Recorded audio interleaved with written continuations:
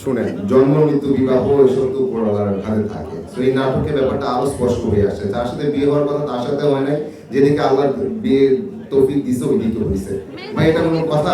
এটা এই আমাদের বিয়ে হলো সংসদের সামনে আর একটু এপিসোড আগালে আমাদের বেবিও হইতো।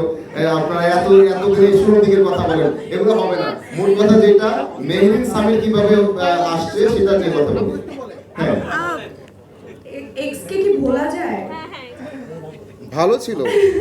আচ্ছা, সেটা হচ্ছে জামাইকে সাথে নিয়ে তো এক্স কে যদি বলি এখন, এটা তো আসলে পাপ হবে, বাট তারপরে বলছি সেটা হচ্ছে যদি কাউকে ভালোবাসি, সেই ভালোবাসার মানুষকে কখনো বলা যায় না। তো আর না, ঠিক আছে, এসব মানা যায় না ভাই, এগুলো নিয়ে না বলি। আমরা অন্যদিকে চলে যাই কথা।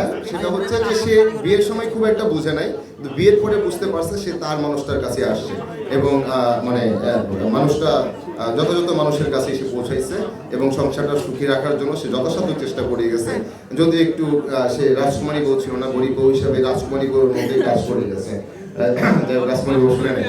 আর মোট কথা হচ্ছে, এখান থেকে একটা প্রশ্ন আসছিল, এই মেহরিন এবং সামি হওয়ার ক্ষেত্রে কার অবদান, কি বিষয় আসে, সেটা ছিল এটা। এই দুইটা চরিত্র এত চমৎকারভাবে আসছে স্ক্রিপ্টে, এবং সেই স্ক্রিপ্টটা হচ্ছে আমাদের মোস্তফা কামাল রাজ ভাইয়ের, এবং উনি আমাদের নির্মাতা।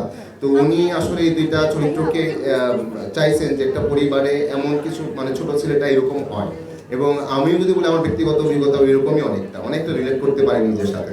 তো ওই জায়গাটাতেই রাখতে চেয়েছেন, এবং সবার যে একটা ইন্টেনশন থাকে যে ছেলে এক সময় বড়লোক হবে, বড়লোক হয়ে আমার যে আজকে যেমন সুট করলাম, সুট করে ঘুরে বেড়াবে, ব্যাপারটা এই জায়গাতেও রাজভাই রাখে নাই একটা জায়গায়। কারণ ছোট ছেলেরা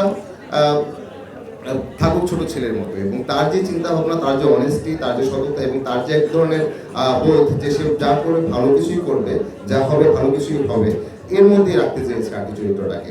সেই সাথে মেহরিন চরিত্রটাও আমার কাছে মনে হয় যে একটা পরিবারে এমন একজন মানুষ খুব জরুরি। ছোট ছেলের বউ যদি এরকম হয়, ওই পরিবার মানে মানে কি বলবো, ওই পরিবার তো ফুলের বাগান হয়ে যাবে, আনন্দের বাগান এবং সুন্দর জায়গা, স্বস্তিকর জায়গা হয়ে যাবে। সো এরকম ছিল আর কি।